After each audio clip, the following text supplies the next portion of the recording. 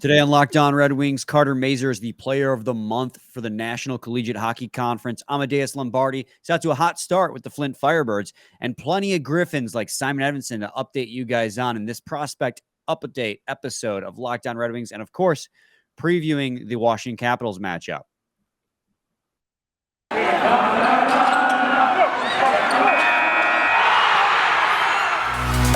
You're Locked On Red Wings, your daily podcast on the Detroit Red Wings, part of the Locked On Podcast Network, your team every day.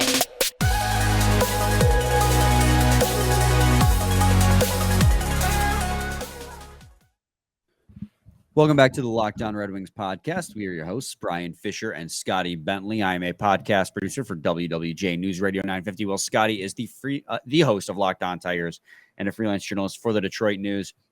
And today is kind of the second part of my canvassing of what you guys wanted to hear us talk about in these two off days.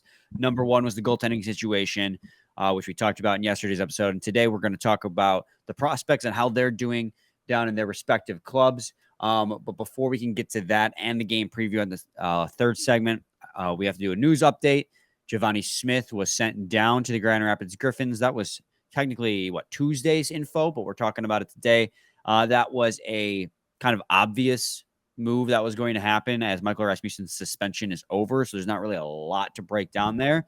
But Michael Rasmussen comes back, so your depth improves by just having him. And, whatever role he has in this team, Michael Rasmussen as that third or fourth line center, it's going to be an improvement over Givani Smith. And hopefully, I don't know how big of an impact a guy like him is going to have against the Washington Capitals. And we'll talk about that. But having better depth is always a good thing. So we're happy to have him back after the BS suspension. Yeah, the suspension was a load of crapola for sure. Not too much. Just a news thing at the top of the show. Not really too much analysis there. Just like the obvious move, you called him back up, and he'll probably fill that role a lot this season. And whether it's suspensions or injuries or whatever, if a winger goes down, it's probably Givani first call, I would imagine. I think that's really the only analysis with this move is just like, hey, we'll see when Berggren's healthy. Maybe that changes. But for now, I think it's really just if a forward goes down, Givani's going to be the first call probably. Yeah, absolutely. And with that, let's move on to talking about the main topic of today's episode and give you guys updates. And we'll lead with the big news. Carter Mazur is the NCHC National Collegiate Hockey Conference Player of the Month. As of that announcement, he is fourth with has 4 game tying goals. Not game tying goals. 4 game winning goals. First in the NCAA, 10 goals total, tied first in the NCAA, and 12 total points. And that's only in 8 games played with the University of Denver. He was great last year, and he's taken a huge step forward in his development. He is a guy who is looking looks like he's taking a big step forward, and you see it in a lot of those highlights they used in that video. They're calling it the Mazur Laser because the kid can shoot, man. His ability to score off the rush is great. It's a sick nickname. That's a sick nickname. Even if it was just the Laser, that goes crazy, bro. That goes crazy. The Mazur Laser. And I mean, he's the guy that I wanted to talk about leading off because he and Cross Hannes, I think, and we can talk about Cross Hannes as well. But he was one of the guys that I think surprised both of us the most in how fast their development has been in their since their draft class, because all eyes are focused on guys like Simon Edvinsson and now Marco Kasper and Sebastian Cossa because those are your first round guys. Once you get out of the first round, some of the hype kind of dies off, and he and Cross Hannes especially have really impressed me during training camp and during development camp and during the prospects tournament, and just how good that they've looked compared to last year. In fact, when we had Red Savage on a month or two ago, and we were talking about him, I mean, he kept talking about Carter Mazur and how good he's looked. And, part of that's because they've played together and they're buddies, but it speaks a lot when you have teammates singing your praises as well. Yeah, for sure. And I think they have parts of the conversation that are similar with the two of them and part that I think are like more unique. And one of the things that has been abundantly clear, like you said, kind of this entire this entire, well, I don't want to say fall because like it started in the summer, but like this entire season, I guess we'll say so far, is that they have really shown out. And we talked about Cross Hannes a lot in the Yeah. prospects tourney, right? Like just how good he looked. And I think maybe I don't know, like, but that was somebody that we really highlighted, and we're like, look, this dude looks really good. And Mazur's somebody that maybe I don't know, I don't want to say overlooked, but maybe didn't talk about as much as Hannes necessarily. But both of them looked really good, and Hannes was, I mean, a guy that again. The entire prospects tourney, even leading into like red and white game, then the preseason for a little bit at the beginning there. Like he's somebody that everybody was super impressed with. So it's super cool for both of them to see them get off to good starts at their respective levels too. Yeah, Cross Hannes looked good in the preseason too. I don't think that Carter Mazur played preseason because the University Yeah, of I Denver don't think season he did began, either. but he looked really good during the development camp and stuff like that. Yeah. He impressed. But Cross Hannes, he earned that little title of cross crease Hannes because of those Right. cross crease passes he was making, and he's having a pretty good start to the season too. It's not nearly as on fire as was Carter Mazur's was, but it's been pretty good too. He's so far this season. Where is he at? Just looking at it. With 7 games with the Grand Rapids Griffins, he's got 5 points, 3 goals, and 2 assists. So for a guy in your first professional season, he's off to a pretty good start. 5 points in 7 games in the AHL is pretty impressive. So he's somebody who I think has a little bit more ingenuity to him and the way that he plays and his ability to see the play more and find his teammates. I think Carter Mazur sees the play very well too. I don't want to take that away from him. But Cross Hannes is very good at finding his teammates and making plays, where Carter Mazur just comes off a little bit more of a pure scorer to me. For sure. No, I think playmaking ability is a big thing. And especially, again, like we talk so much about the depth of this team and where it sits currently. And these are guys that I think if they were on the wings a couple of years ago, people would be clamoring for like, oh, like get them up here, whatever. And now we're at a point where the forward core and just the team in general is so much deeper that now you're looking around and you're like, these guys can kind of marinate a little, really take steps forward at their, especially down there in the A. Like you can really kind of wait and let them develop and let them take the steps forward and improve in areas that they need to, and then call up when the time is ready. Or again, like if we really just have an injury bug go through the locker room, you can call on somebody like that. Like it's very cool to see the depth of this organization as a whole just continue to take steps forward. And as people move up, just again, not even just the A, but like down to, the collegiate level, obviously. Right. And then like up to the E, and like everything is just very nice to see. I think it's kind of a testament. I know I'm a little off track here, but I think it's kind of a testament to the depth and the improvement of the organization top to bottom that we're talking about these dudes at the current levels that they're at, and not talking about like rush them up type of conversation. It's like, hey, they've got really good starts to the season. Let's see how they finish out at their respective levels. So we started this conversation talking about a second and a third round pick respectively, but let's transition and talk about those first round picks. Let's start with a guy that's been bouncing around between the ECHL and the AHL, and Sebastian Cossa. And a lot of that reason behind that has to do with the fact that they're just trying to maximize his playing time. He's only played 2 games with the Grand Rapids Griffins thus far, and his first game was a decent one. It wasn't great, but it wasn't horrible. But his second game, he got blown out. And right now on the season, just 2 games played, incredibly small sample size because they're bouncing between Ukinora, Bratstrom, and Sebastian Cossa. But he's got a goals against average of 350 and a save percentage of 851. Again, I'm just like not at all concerned about that. Like this is so much just like I did not expect Sebastian Cossa to go to the AHL and just tear it up year one, because that's not how goalies are. This is just so much, like all these guys are all development years, but this for Cossa is like a development year, not the he's close kind of year. It's this is a year where he literally just is trying to figure out and get the bad things out of his game. First game, he looked okay. Second game, he didn't look good.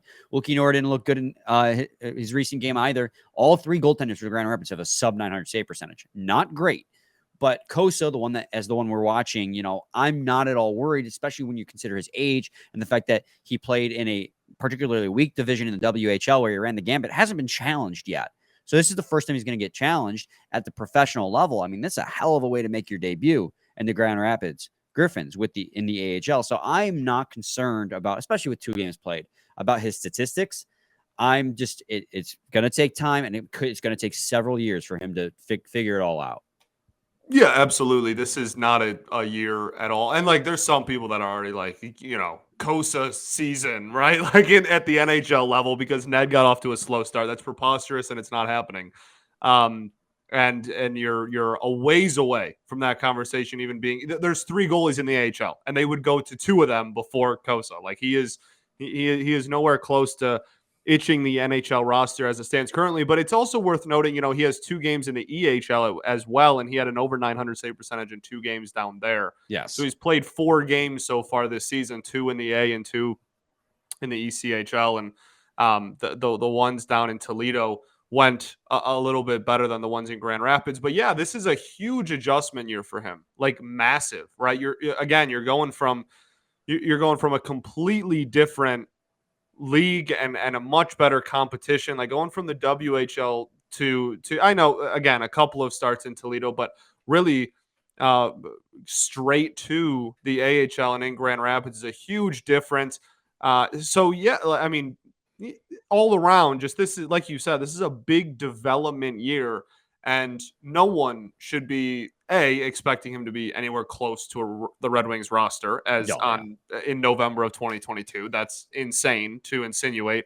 But also, I think we need to, even if he struggles and has like a save percentage in the high 800s this season, I think, again, we need to chalk it up to he is the 3rd goaltender in Grand Rapids, and he's there for a reason. And if he gets, he's going to bump down to Toledo and do that stuff that he's been doing if he goes too long without a start or whatnot. But like this is a huge development year for him, and just getting used to the ice, getting used to this level of competition and all of that. So this is like, no one should be looking at 2 games in the AHL in 2022 for this kid and think any differently of him, for sure. But I'm really intrigued and excited about what his numbers are going to look like by the end of the season, for sure. Yeah, it's just crazy you haven't been hearing it too much, so I'm not going to try and blow it out of proportion, but you do hear rumblings every once in a while, people being like, oh man, maybe they took the wrong goalie. Like, why did Yzerman take this guy? He doesn't look good. It's like, dude, it's like 20, like chill.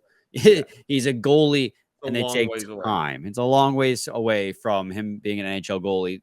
He needs to work on. You'd rather him be bad now than when he gets ready to be at like a few years down the line. Like, this is where he needs to be bad. So few players are just amazing from the get-go. So few. Especially goalies, yeah. Especially goalies. When we come back, I'm going to continue this conversation with you guys about the first-round draft picks, and then we'll move on to some other guys. We'll talk about Edvinsson. We'll talk about Casper. But first, got to talk to you guys today about BetOnline. BetOnline.net is your number one source for betting football and the start of the new basketball and hockey season. Find all the latest player developments, team matchups, news, and podcasts, and in-depth analysis on every game. And as always, BetOnline remains your continued source for all your sports wagering information with live betting and up-to-the-minute scores for every sport out there. The fastest and easiest way to check in on all your favorite games and events, including MLB, MMA, boxing, and golf. Head to the website today or use your mobile device to learn more. BetOnline, where the game starts. Segment 2, Locked On Red Wings podcast. Let's talk about Simon Edvinsson and his play so far down in with the Grand Rapids Griffins, and he's been pretty good to start out. He hasn't played every single game. I believe he's played 6 of the 7 that the team has had. Let me just get back over to that page. I was on the goalies tab, guys. Sorry. Back over to the players tab now. He's got 6 points in 6 games. He's averaging a point per game. He's a +/-0, so he's not a hugely positive impact, but not a hugely negative impact. It's hard to tell with +- because it's such an unreliable stat as well. And when you play at the AHL level, you don't have access to the advanced statistics we usually do when we talk about NHL caliber players. But Simon Edvinsson, point production wise, has showed out very well. And his +- is in a good spot through 6 games played. I mean, we talk about when you compare this to Sebastian Cossa. For Simon Edvinsson, yes, it's still like a development year. You want him to work out some of those bad habits. But in terms of how close he is to the NHL level, he is much closer, Like, he's one of those players who's on the cusp of being an NHL player compared to Sebastian Cossa. So you want to see good performance and you want to see good production. And he's a defenseman, so numbers aren't everything. And I am aware of that. But seeing 6 points in 6 games, 1 goal and 5 assists, in particular, the assist category is what I like to see. So seeing that out of him is nice to see. And he's got a shooting percentage of 11%, which is pretty dang good for a defenseman. But that also shows that he's probably not taking a lot of shots either, because if he's got 1 goal and a shooting percentage of 11%, I mean, that means he's got just about 10 shots on the season. So he's passing the puck a lot so far early in the season, but he's been very clearly been a positive asset on the defensive core, and he's close, man. He's close. We said that during preseason, is that he's got a few things in his game he's got to work out, but he's close. It might take till next year till he's a full-time NHLer. I think that they might activate that entry-level slide for him this season if he gets playing time. But yeah, he's close, man. Yeah, he's close, and I think, I don't know how much you've been able to see of him, or if you've seen some of the videos going around of his play, but shout out Ice Hockey Gifts, man. Absolutely. That's just the dog. That's a heck of a Twitter account. You get to see a lot of the Red Wings prospects that way, but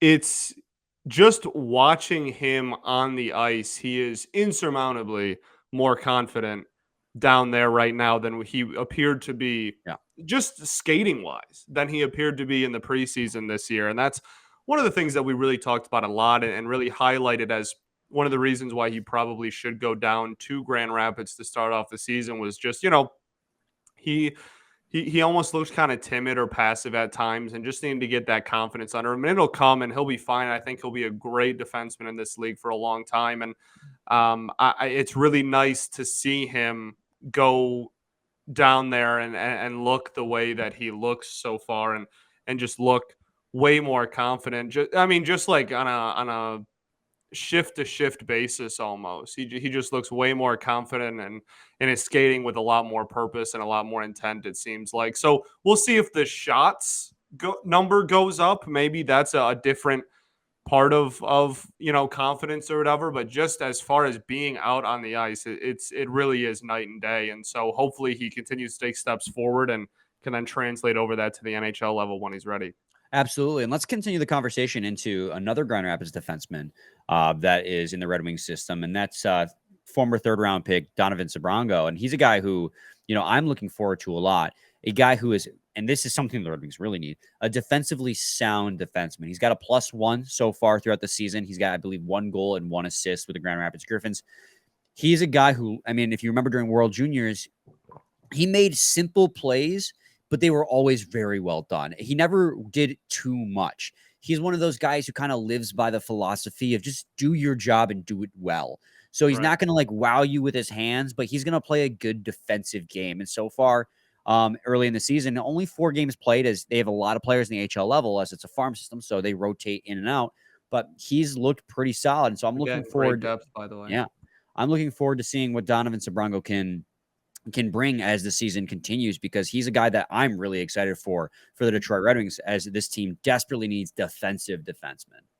For sure, and I'm really pumped for him to, just as the season goes on, get a bigger and bigger role down there, because I think that is a guy that, Lord knows we need defense in this organization, and at the top level, we need improved defense from anybody. So I'm really excited in that regard. But yeah, I'm pumped to see. I think if you had to ask me one player that I think would have a much bigger role by in April than they did at the very start of the season, I think he would probably be my number one answer, just because I think that he has the most room to grow and has the most ability to really take over a more prominent role with the current team that he's with, of all the prospects we're probably going to talk about here. So yeah, I'm a huge fan, and I am very much looking forward to this season specifically for him, because of how much room I think there is to grow and how much leash they're kind of giving him to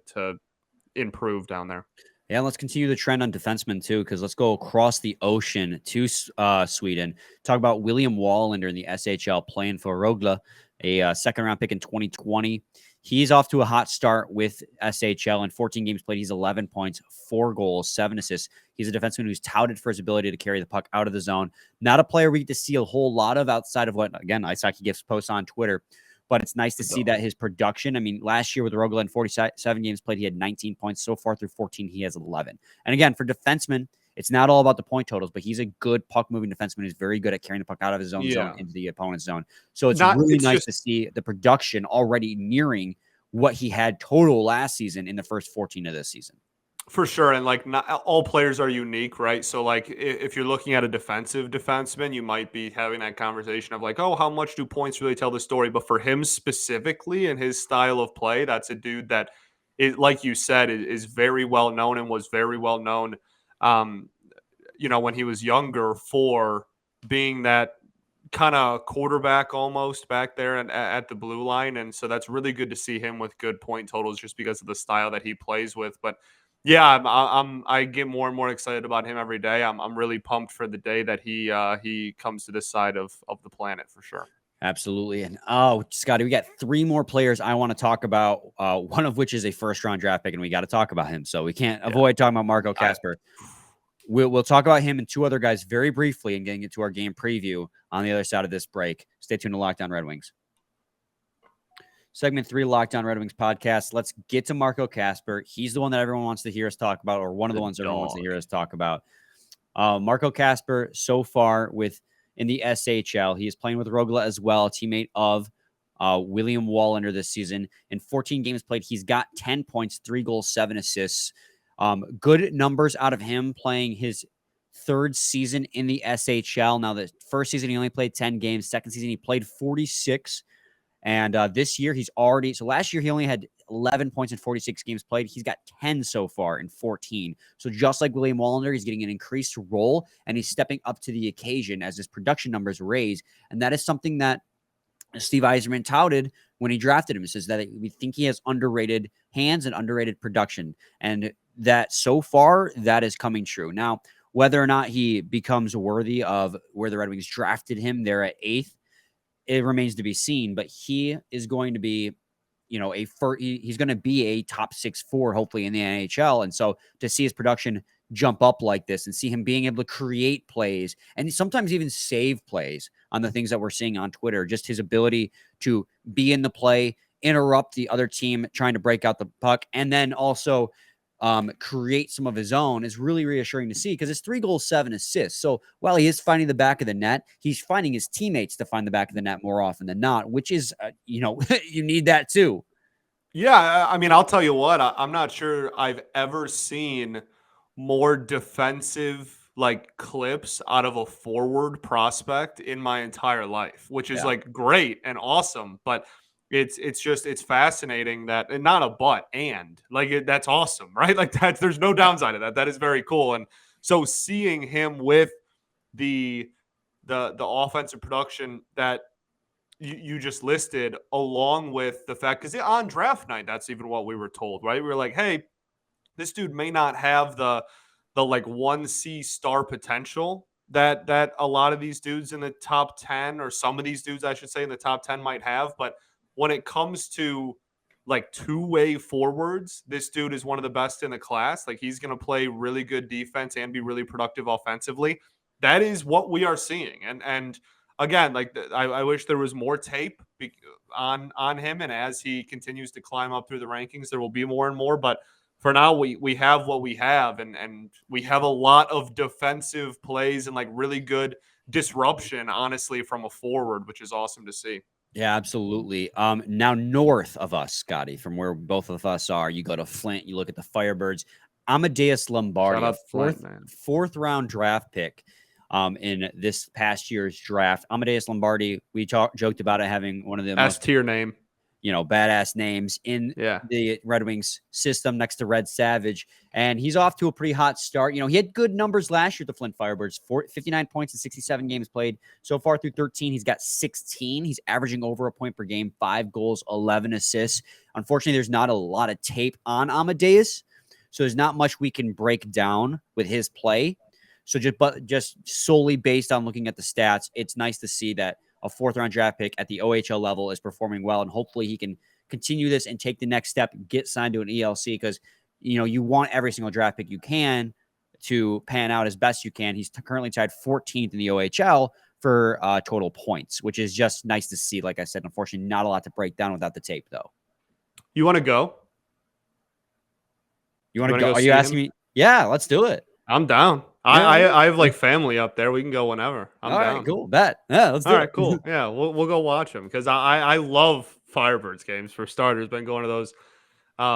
Like I said, my whole life I got a lot of family up there. But yeah, that's that. And like you said, there's not a ton to break down just because of the lack of tape. But it's nice to see production, and I think it's cool. Again, like it's so nice and refreshing to see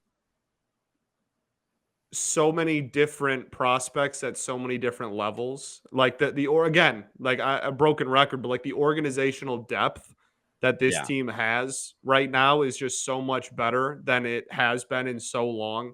And it's really refreshing and nice to see, that kind of evenly spread out, like, oh, we got a couple of prospects in each league really below us that are trying, and in college and whatever, that are trying to take steps forward. So yeah, super cool. Super cool. Yeah. And so the last guy I have on my list is Dmitry Buchnikov. He was a 2nd-round pick by the Red Wings, 52 overall this past year. He's 19, 5'10" left winger. You drafted him as a guy. He's known to score. He's flashy and he's a goal scorer. The Red Wings took a flyer on him in the 2nd round as somebody they think could develop into an elite goal scorer at the NHL level. He's bounced around in the KHL, between the KHL, the VHL, and the MHL. He had 1 goal at the KHL level with Petersburg. The other 2 are the other levels, so to speak, of the AHL, like the affiliate clubs. In the Neva, I don't know if I'm pronouncing that right, St. Petersburg, he's got 5 goals, 2 assists for 7 points in 6 games. And with 1946 St. Petersburg, he has got 4 goals, 4 assists for 8 points in 2 games played. So he's been bouncing around a little bit, but in the tape that we've seen on Twitter, the dude can score. He's fast, he's got hands, and he can shoot. He's flashy. That's what they drafted him for. I mean, they are good looking goals too, man. Yeah, no, he's fun. That's a fun player right there for sure. He's kind of reminds me of an Andreas Athanasiou, where it's all offense, but defense is going to be a question mark. So if he can develop a little bit of a defensive game, he could be a legitimate threat. But that, as far as prospects go, those are the ones that popped out to me, guys. I wanted to go talk about, just give shout outs to some of them. Because again, at some of these levels, we don't have a bunch of tape. But how about, speaking of prospects, how about Elmer? He passes. How many games? We've played 9 games. So yeah, he's going to be playing his 10th. Right. So after he plays 10, I mean, I would presume, right? Well, so like here. Yeah, he's not eligible for entry-level slide regardless. So either way, you're burning a year on his contract. He's right. Too old. Fair enough. So, but yeah, I mean, it is a big thing. Like if you were of the mindset this was a tryout for him, he's passed the tryout and he's looked really good. So, Washington Capitals game, that's happening tonight by the time you're listening to this, as we hit close to the 29-minute mark. Let's talk about that. The Washington Capitals so far this season are 5-4-2. They're 4th in the Metropolitan Division. They've played 11 games so far. So they got a couple extra games on you. They've currently are on a 2-game losing skid, losing in Carolina, then losing at home to the Golden Knights. That's 2 tough teams to play against, and they've lost. But they're the Washington Capitals. Their window may be closing, but it's not closed yet. They do have a couple key injuries, Scotty, in that John Carlson is day-to-day. Connor Brown tore his ACL and had to have surgery. And then on Halloween, TJ Oshie with a lower body injury is out indefinitely. So those are 3 key injuries to the Washington Capitals and a team that already struggles with youth to keep it up. But luckily they have guys like Alexander Ovechkin, who's still being Alexander Ovechkin, and their goaltending is really stellar, as both Darcy Kemper and their backup have well over 900 save percentages on the season. So, I mean, you talk about wanting to have a bounce back game. Capitals are still a really good team, and this is a team you want to have that bounce back game against. Absolutely. And again, you mentioned all the reasons why this is a very obtainable game. Like, this is a game that you very much can go out there and make a statement in. And that's not to say that Washington is some, like super thin, oh, they're going to be terrible because of a couple injuries team either. Like that would still be an impressive win. And again, we've said it a million times, in a stretch of really tough games, in a really tough stretch, like that's a win that you kind of need. Like, and I don't want to keep saying you need wins or all these are must wins or whatever, because obviously they're not. But in a tough stretch where you've been getting pumped, we really need something here. I mean, I would consider this almost a statement game for the Detroit Red Wings. I mean, granted, this isn't, I want to say Toronto Maple Leafs or Tampa Bay Lightning, but they've started the season kind of slow. But in terms of like talent, you obviously are still a really good team and have Alexander Ovechkin, but it's not the Washington Capitals team of old, but it's still very much a statement game. Like, this is a team that's going to be contending for a playoff spot. And I predicted they will clinch, I think, a wild card is what I said, by the end of the season. This is still a very good team all the way around. And this is a statement game. I mean, like we've talked about last 2 episodes, they've gotten pumped in 3 of the last 4 games, the Detroit Red Wings, that is. You need to go out there and prove that that's not it. That's not it. You have to go out there and play a good defensive game. This is a team that has a good defense, the Washington Capitals are, and they got good goaltending. Like I said, Darcy Kemper has a save percentage of .928, while Charlie Lindgren, in 3 games played as backup, has a save percentage of .918. So goaltending is good. Defense in front of the goaltending is playing good. And both of their goals saved above expected are well in the positive. Both Kemper and Lindgren, if you're looking at individual stats, how they've played, because save percentage, obviously they're making the saves they need, but defense can help mitigate the types of quality of shots that they're facing. And goal save above expected tries to, find out how well the goaltender is playing based on when weighing in those quality shots. Darcy Kemper is a 4.39 goal save above expected, which means he has saved almost 4.5 goals by playing above the level, or by playing so well. And while Charlie Lindgren is at 2.2, both of these guys have saved more goals than they've let in when you're weighing the shot quality. I mean, they're both playing extremely well. So you got a good defense you're playing against, and you got a good goaltending, and you have a potent offense. And Alexander Ovechkin, and Dylan Strome's off to a hot start as well. So there's a lot of different guys on this team that you got to look at, and it's a complete team, and they're 15th on power play and they're 15th on penalty kill. Like, this is an all-around really good team. And this is why it's a statement game for the Detroit Red Wings, because there's no one weakness you can point out and go, you got to target that if you want to win. You have to play a complete 60 minutes if you want to beat the Washington Capitals. You need your defense to have some semblance of existing. Yeah.